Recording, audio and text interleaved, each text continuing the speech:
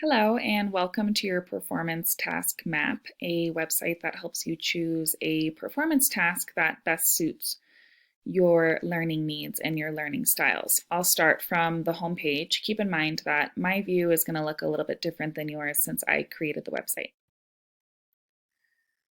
On the home page, welcome. Hello, explorers. Welcome to your Performance Task Map, an interactive resource that allows you to explore your options for how you will demonstrate your learning. You have done such an incredible job pushing your own thinking, the thinking of your peers, and even your teachers. Over the course of this unit, we have had class discussions, activities, and assignments that allowed us to take a deep dive into culture, its impact on community, and how these can be represented in nonfiction narratives. Our unit learning targets. Nonfiction narratives use details to tell stories to represent culture and community. That's learning target 1. Learning target 2, nonfiction narratives use a wide variety of research. Learning target 3, how to gather and organize information or data. Learning target 4, provide descriptive details and a clear sequence of relevant life events. How to use this site. On the top of this web page on the right side, you will see pages that you can click on. These pages are called Walk in the Park, Take a Hike, and Climb a Mountain. Click on each of these to explore your performance task options. Feel free to choose a task that interests you the most and meets your learning style needs. And this is just where you will find the video that I am creating for you right now. So first, a walk in the park. You could do a book review. Choose a nonfiction narrative that we have read together as a class or one you have read on your own. You may also choose an ebook from Overdrive if you prefer to listen to the book. Create a written or illustrated review of the book using as much detail as possible. Imagine that those viewing your book review have never even heard of the book and you are providing them with information on it.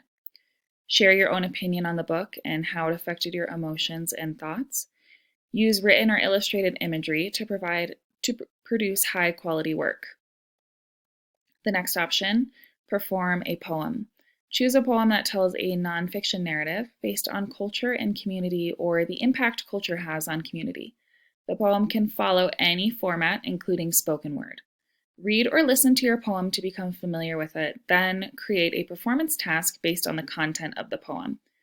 Just a performance.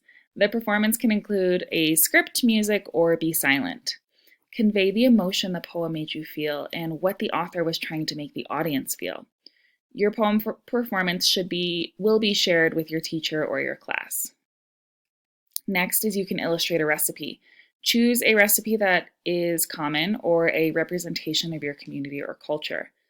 If there is not a recipe you are familiar with, you may choose one that represents a family member or close friend's culture and community. Once you have chosen your recipe, create a visual representation of it. This can be done with drawing, painting, clay, or any other visual representation you'd like. Be creative and feel free to express yourself however you'd like. Your visual recipe will be shared with our class along with a short explanation of why you chose it. Below the performance task descriptions, you can find a rubric for Walk in the Park, developing proficient or advanced with the points that go with each section. And as you scroll through, you will see how you will be evaluated. Next, take a hike. Starting with write an interview. Interviews allow us to learn information about topics, events, and the stories of others. All interviews require detailed and relevant questions in order to gain clear information and a deeper understanding. Write a list of interview questions based on culture, community, and a person's personal narrative. You can use an imagined individual for your interview, or you can choose someone from your own life. If you'd like to take this one step further, you may choose to include imagined answers, but that is completely optional.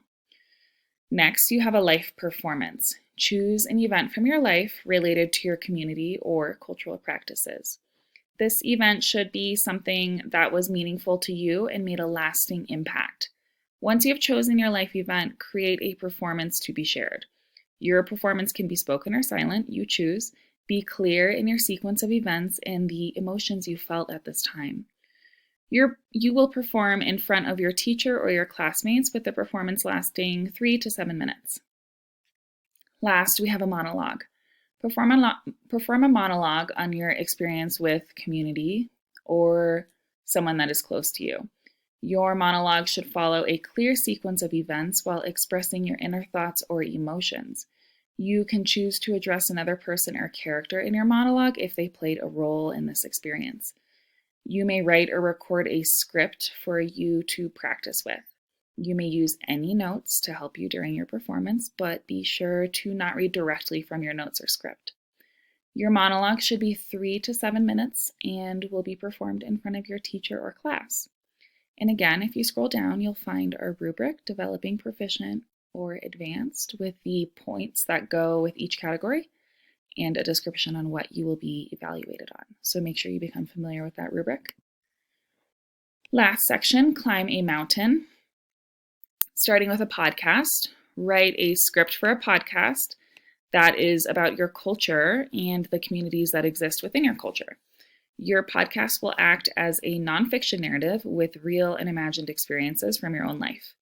You will then record your script for your podcast using voice and expression to help listeners connect with your story. Copy and paste the link below for instructions on a tool you can use to record your podcast, but feel free to use a different platform. Next, you have a graphic novel. Create a graphic novel using what you have learned about yourself, your culture, and community, and those around you. Your novel is intended to share your learning with others, as many people do not know about the specific individuals and cultures you have learned about. Your narrative is a tool to help people boost their cultural knowledge. Follow a nonfiction narrative format with a clear sequence of events with real-life experiences as well as imagined experiences. Your novel should include illustrations relevant to your writing. These can be black and white or in color. Be creative in your illustrations and choose what you feel is best for you. Last option, role play, conduct an interview.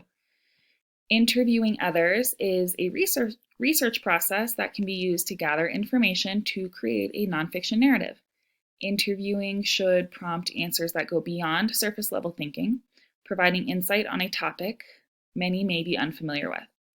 Work with a partner to write appropriate interview questions that are relevant to culture and its community. So this is a role-playing activity, which is what you're going to do with your partner. You will then role-play the interview, asking your questions to each other and demonstrating what an effective interview looks like. This will be done in front of your teacher or your class.